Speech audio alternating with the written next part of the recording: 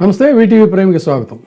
జాతీయ స్థాయిలో విపక్ష పార్టీల పునరేకీకరణ అనేటువంటిది సాధ్యమయ్యేటువంటి అంశమేనా అనేది మళ్ళీ కొత్తగా తెర మీదకి వచ్చింది. బీహార్ ఎన్నికల తర్వాత, అంటే బీహార్ ఎన్నికల సమయంలో భ్రమల్లో మునిగి తేలినటువంటి పార్టీలు, ముఖ్యంగా అటు కాంగ్రెస్ పార్టీ కావచ్చు, లేదు తను ఒక పెద్ద మేధాతనంతో ఒక ఫార్ములా తయారు చేశానని చెప్పుకునేటువంటి ప్రశాంత్ కిషోర్ లాంటి స్ట్రాటజిస్ట్ కానీ, ఇతరత్ర వాళ్ళు కానీ, వీళ్ళందరూ కూడా ఆ ఎన్నికల ఫలితాల తర్వాత ఒక పునరాలోచనలో పడ్డారు.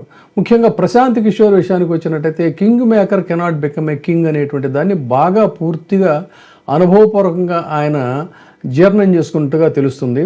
ఈ పరిస్థితుల్లో ప్రియాంక గాంధీ, వ్యూహకర్త ప్రశాంత్ కిషోర్ ఇద్దరూ కూడా చాలాసేపు సమావేశం అవటం ఒక చర్చకు దారితీసింది.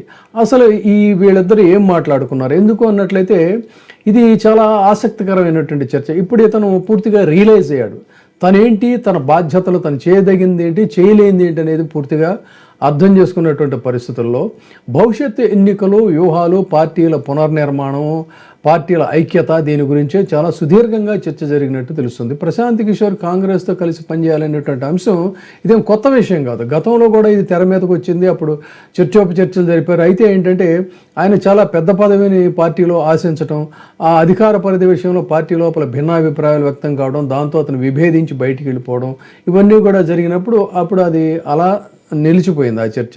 తర్వాత తను పార్టీ పెట్టుకొని భంగపాటుకు గురవటం బీహార్లో జరిగిన తర్వాత ఇప్పుడు తిరిగి మళ్ళీ దేశవ్యాప్తంగా వివిధ రాజకీయ పార్టీల ఎన్నికల సమీపిస్తున్నటువంటి వేళ మన భవిష్యత్తు ఏంటి, ఇదే రకంగా ఉంటే మనం ఎలా బీజేపీని ఎదుర్కోగలుగుతాం అనేటువంటిదే ప్రధానమైన చర్చ. ఇదే క్రమంలో ఒకవైపు వెస్ట్ బెంగాల్ను చూసుకున్నట్టయితే తీవ్రమైనటువంటి దాడిని అక్కడ ఉధృతం చేసినటువంటి పరిస్థితి కూడా మనం చూస్తున్నాం. ఆ పరిస్థితుల్లో దీదీగా పిలువబడేటువంటి మమతా బెనర్జీకి కూడా ఒక అండ అవసరం అనేటువంటి భావన బహుశా ఆమెలో కూడా ఉదయించింది. ఆమెలో ఉదయించడం అంటే ఆ పరిస్థితులను బట్టి సహజంగా ఏంటంటే తనది కూడా చాలా మొండి వైఖరి. అదేవిధంగా ఆంధ్రప్రదేశ్ విషయానికి వచ్చినట్టయితే ఒంటరిగా పోరాటం చేస్తున్నటువంటి, 3 శక్తులతో ఒంటరిగా పోరాటం చేస్తున్నటువంటి వ్యక్తి జగన్మోహన్ రెడ్డి. అలాంటిది తొలిసారిగా పార్లమెంటులో ఆంధ్రప్రదేశ్లో జరిగినటువంటి ఎన్నికల అవకతవకల మీద గణవెత్తారు.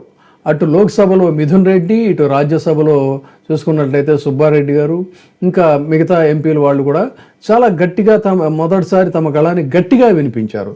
ఎప్పుడు వినిపించారు? అది కూడా కాంగ్రెస్ పార్టీ ఓట్ చోరీకి సంబంధించిన దీని మీద, సర్కి సంబంధించినటువంటి అంశాల మీద గందరగోళం చేస్తున్న నేపథ్యంలో. ఇలాంటి పరిస్థితుల్లో భావసారూప్యం ఉన్నటువంటి పార్టీలు కొన్ని విభేదాలు ఉన్నా కూడా పక్కన పెట్టి కలిసి పనిచేయాలనేటువంటి ఒక ప్రణాళికకి వీళ్ళందరినీ కూడా ఒక తాటి మీదకి తీసుకురాగలిగినటువంటి వ్యక్తి పీకే అనేటువంటి భావన జాతీయ స్థాయిలో జరిగిందని తెలుస్తుంది. అంటే కాంగ్రెస్ పార్టీకి, మమతా బెనర్జీకి చాలా డిఫరెన్సెస్ ఉన్నాయి. కాంగ్రెస్ పార్టీకి, జగన్మోహన్ రెడ్డికి డిఫరెన్సెస్ ఉన్నాయి. అదేవిధంగా కాంగ్రెస్ పార్టీకి, తెలంగాణలో కేసీఆర్కి చాలా డిఫరెన్సెస్ ఉన్నాయి. ఇలా చూసుకున్నప్పుడు చాలా చోట్ల కూడా పరిస్థితుంది. అయితే వీళ్ళందరితో కూడా కూర్చొని మాట్లాడి వాళ్ళని కొంత ఏదో రకంగా ఒక తాటి మీదకి తీసుకురాగలిగిన శక్తి, యుక్తి ఉన్నటువంటి వ్యక్తి ప్రశాంత్ కిషోర్ అనేటువంటి భావన కలిగింది. అటువంటి పరిస్థితుల్లో మరి మమతా బెనర్జీ దీనికి సానుకూలంగా స్పందిస్తారా? ప్రత్యేకించి ఆంధ్రప్రదేశ్ రాజకీయాలకు వచ్చినట్లయితే ఒంటరి పోరాటం చేసినటువంటి జగన్మోహన్ రెడ్డి దీన్ని ఎంతవరకు వీటిని స్వాగతిస్తాడు? ఏ రకంగా అతను వస్తాడు? కాదు, కాంగ్రెస్తో కలిసి కూటమిగా వెళ్ళేటువంటి అవకాశం ఎన్నికల ముందే లేనట్లయితే తిరిగి మళ్ళీ ప్రశాంత్ కిషోర్ జగన్మోహన్ రెడ్డికి తన వ్యూహాలని, తన అనుభవాలని తిరిగి అందించాలనేటువంటి ఆలోచన కూడా ఉన్నట్టు తెలిసింది. దీనికి జగన్మోహన్ రెడ్డి అంగీకరిస్తాడా?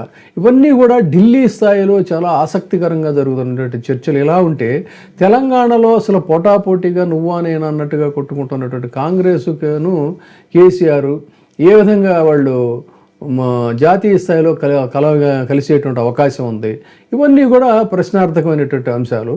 కాబట్టి మొత్తంగా అయితే ఒక కొత్త ఆలోచన అనేటువంటిది పురుడు పోసుకున్న తర్వాత ఇది క్రమంగా ఏ రూపం దాలుస్తుంది ఏంటి అనేది అయితే చూడాలి. మొత్తంగా అయితే ఇది ఒక ఇంట్రెస్టింగ్ ఫ్యాక్టర్గానే భావిస్తున్నారు. చూద్దాం భవిష్యత్తులో ఏమవుతుంది అనేటువంటిది ఈ భేటీ తర్వాత. Thank you.